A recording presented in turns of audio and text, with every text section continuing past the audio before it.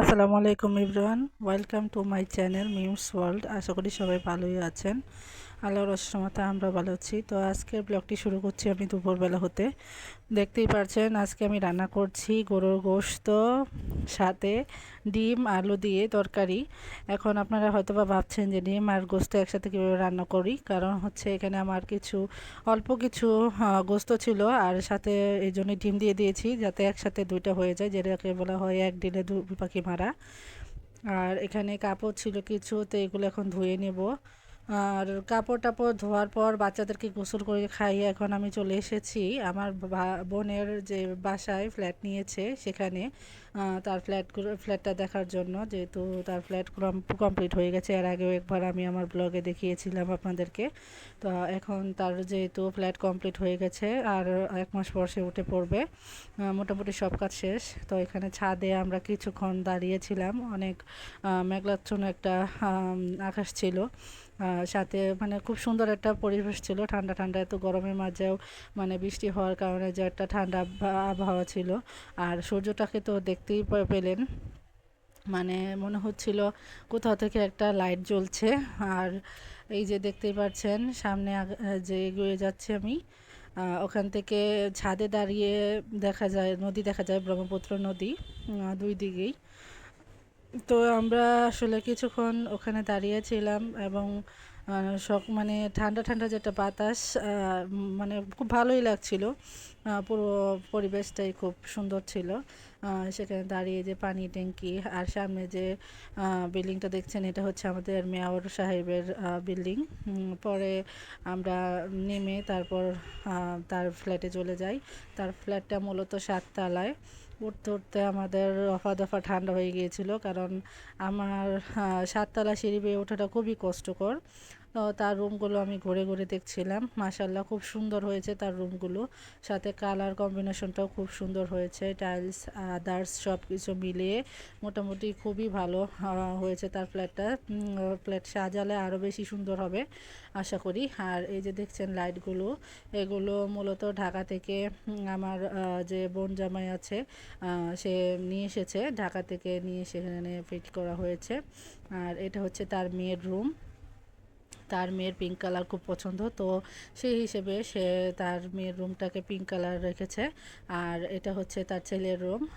তার ছেলের রুমের কালারটা আসলে এটা কি বলবো, পেস্টও না আবার গ্রিনও না, এটা মোটামুটি দুইটার কম্বিনেশনে। কালারটা আমার ফোনে মানে ভালোভাবে আসেনি ক্যামেরায়। আর এই যে দেখতে পাচ্ছেন পার্টিশনের দরজাগুলো, এগুলো মূলত অর্ডার দিয়ে নিয়ে আসা হয়েছে। আর মোটামুটি আমার কাছে সব কিছুই খুব পারফেক্ট লাগলো, তার রঙগুলো। আর এটা তার ড্রয়িং রুম। আমার কাছে আসলে সবচেয়ে বেশি ভালো লেগেছে তার মানে লাইটিংগুলা।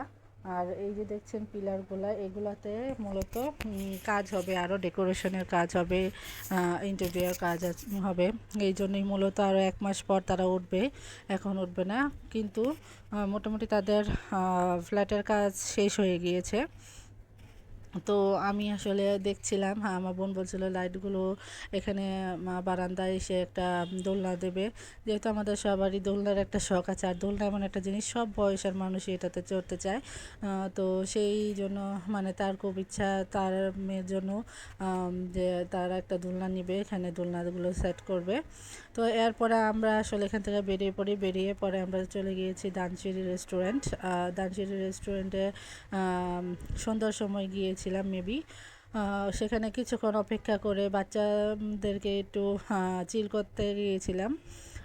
তারপর কিছু ফটোশ্যুট করে নিয়েছি আমি, কায়নাত আর আদনান যদিও ফটো তুলতে এতটা পছন্দ করে না। তো আর কায়নাতকে বলতে হয় না, সে আগে পোজ দিয়ে দাঁড়িয়ে পড়েছিল। আমি পরে বলতেছিলাম দেখো তার কত ইন্টারেস্ট। তো এখানে একটা ছিল, অ্যাকোয়ারিয়াম ছিল, যেখানে অনেক কালারফুল মাছ ছিল। আমিও চিন্তা করেছি যদি আল্লাহর রহমতে আমার কোনো দিন একটি ফ্ল্যাট হয়, ইনশাল্লাহ আমিও একটা অ্যাকোয়ারিয়াম রাখার চেষ্টা করব মাছের। কারণ আমার কাছে এগুলো দেখতে খুব ভালোই লাগে। তো এখানে আমরা বসেছিলাম আর বাচ্চারা প্লেগ্রাউন্ডে খেলতেছিল। আর এই রেস্টুরেন্টটা বিশেষত হচ্ছে এখানে বাচ্চাদের জন্য আলাদা প্লেগ্রাউন্ড করা হয়েছিল। আর সাথে এটার ইন্টেরিয়র ডিজাইনগুলো দেখছিলাম, খুব সুন্দর করে এগুলো গোছানো হয়েছে। যদিও এখানে মানে তারা অনেক সুন্দর করে সব কিছু গোছগাছ করেছে। তো সেখান থেকে আমরা মূলত আমাদের ডিনারটা রাতের শেষ করে বাসায় চলে আসছিলাম। তো এই যে দেখুন, আমি মূলত তাদের সাজানো গোছানো জিনিসগুলোই দেখতেছিলাম। ঝাড়বাতি থেকে শুরু করে আমার কাছে সব কিছুই খুব সুন্দর লেগেছে। এখানে একটা ফটো বুথ ছিল, যেখানে ফটো তোলার জন্য সবার। আর এই যে দেখতে পাচ্ছেন বাচ্চাদের প্লেগ্রাউন্ডটা কত বড় করে তারা সেট করেছে। আর এখানে অনেক বাচ্চারা একসাথে খেলতে পারে। এই যে কায়নাত, আদনান, তারা তো এখান থেকে আসতেই চাচ্ছিল না। মানে ওখানে আরও বাচ্চাদের দেখে সেখানে তারা বাচ্চাদের নিয়ে খেলা শুরু করে দিয়েছে। বাচ্চারা আসলে বাচ্চাদের সাথে বেশি অ্যাডজাস্ট করতে পারে।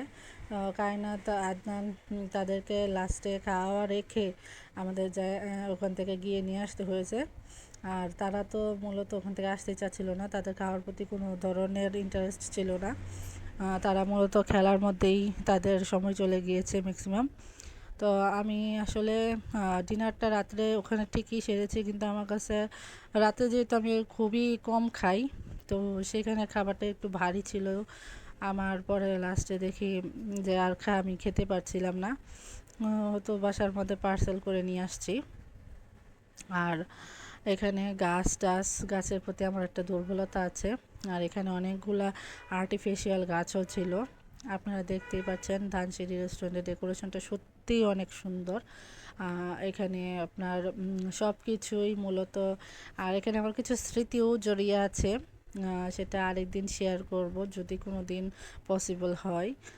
তাহলে আমার ধানসিঁড়ি রেস্টুরেন্টের কিছু পিকচার নিয়ে আমার চ্যানেলে আরেকটি ব্লগও আছে, যেটা আমার ফার্স্ট ব্লগ হতে পারে রেস্টুরেন্ট সম্পর্কে।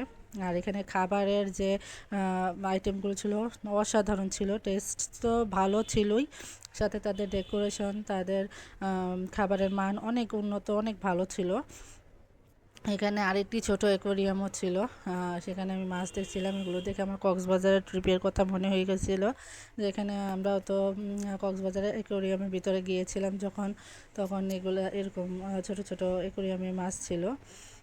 তো এই যে আদনানের বাবাকে দেখাচ্ছিলাম যে আমরা যদি কোনো দিন বাসা করি তবে যেন এরকমভাবে ডেকোরেশনটা অনেকটা এরকম হয়, এরকম কাঠ দিয়ে ডিজাইন করে করার জন্য। তো এই যে দেখতে পাচ্ছেন আমি এই জায়গাটাতেই আমি ছবি তুলেছিলাম আরেকবারও এসে, কিন্তু জিনিসটা এরকম ছিল না। তো আশা করি আপনাদেরও ভালো লাগবে। আল্লাহ হাফেজ।